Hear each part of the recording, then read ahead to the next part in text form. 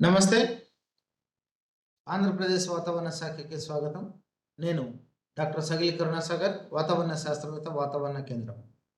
ఈరోజు అనగా 16 మే 2024 తేదీన ఆంధ్రప్రదేశ్ రాష్ట్రానికి వాతావరణ సూచనలు మరియు సలహాలు చూసినట్లయితే, గడిచిన 24 గంటల్లో కోస్తాంధ్రప్రదేశ్‌లో కొన్ని చోట్ల, రాయలసీమలో 1 లేదా 2 చోట్ల వర్షపాతం నమోదు కాగా, గరిష్టంగా కోస్టల్ ఆంధ్రప్రదేశ్‌లో పార్వతీపురం మండలంలో 3 సెంటీమీటర్ల వర్షపాతం నమోదు కాగా, రాయలసీమలోని కుప్పంలో తేలికపాటి వర్షం నమోదు కావడం జరిగింది.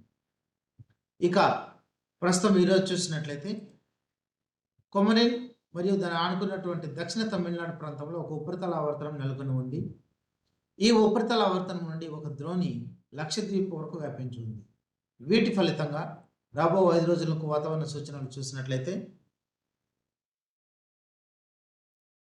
ఈరోజు, రేపు, ఎల్లుండి అనగా 16, 17, 18 మే తారీఖులలో రాయలసీమ మరియు దక్షిణ కోస్తా ఆంధ్రప్రదేశ్‌లో కొన్ని చోట్ల తేలికపాటి నుండి ఒక మోస్తరు వర్షాలు లేదా ఉరుములతో కూడిన జల్లులు సంభవించడానికి అవకాశం ఉంది.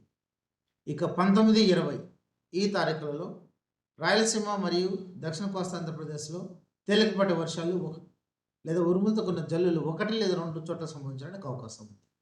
ఇక ఉత్తర కోస్తా ఆంధ్రప్రదేశ్‌కి చూసినట్లయితే ఈరోజు తేలికపాటి నుండి ఒక మోస్తరు వర్షాలు కొన్ని చోట్ల సంభవించడానికి అవకాశం ఉండగా, రేపటి నుండి రాబో 4 రోజులు కూడా తేలికపాటి వర్షాలు 1 లేదా 2 చోట్ల సంభవించడానికి అవకాశం ఉంది.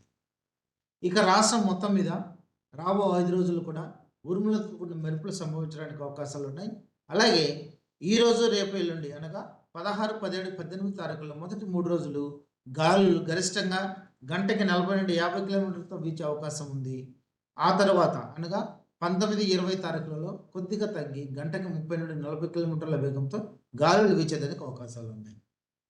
ఇక ఈరోజు చూసినట్లయితే భారీ వర్షాలు రాయలసీమలోని చిత్తూరు, తిరుపతి, అనంతపురం, కర్నూలు జిల్లాలలో 1 లేదా 2 చోట్ల సంభవించడానికి అవకాశం ఉంది. అలాగే కోస్తాంధ్రప్రదేశ్‌లోని నెల్లూరు, ప్రకాశం, పల్నాడు, కృష్ణా ఈ జిల్లాలలో 1 లేదా 2 చోట్ల భారీ వర్షాలు సంభవించడానికి అవకాశం ఉంది.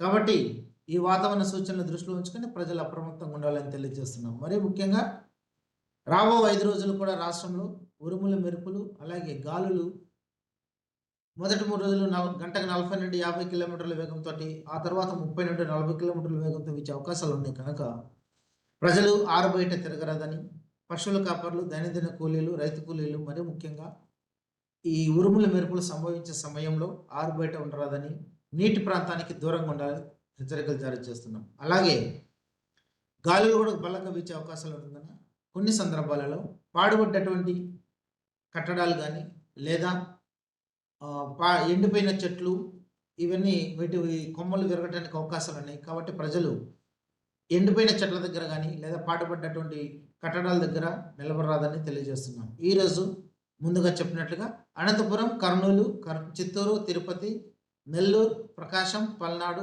కృష్ణా ఈ జిల్లాలలో భారీ వర్షాలు వచ్చేదానికి అవకాశం ఉంది కనుక ప్రజలు, లోతట్టు ప్రాంత వాసులు తగిన విధంగా జాగ్రత్తలు తీసుకోవాలని తెలియజేస్తున్నాం. మరీ ముఖ్యంగా ట్రాఫిక్ అంతరాయం కలిగే అవకాశం ఉంది.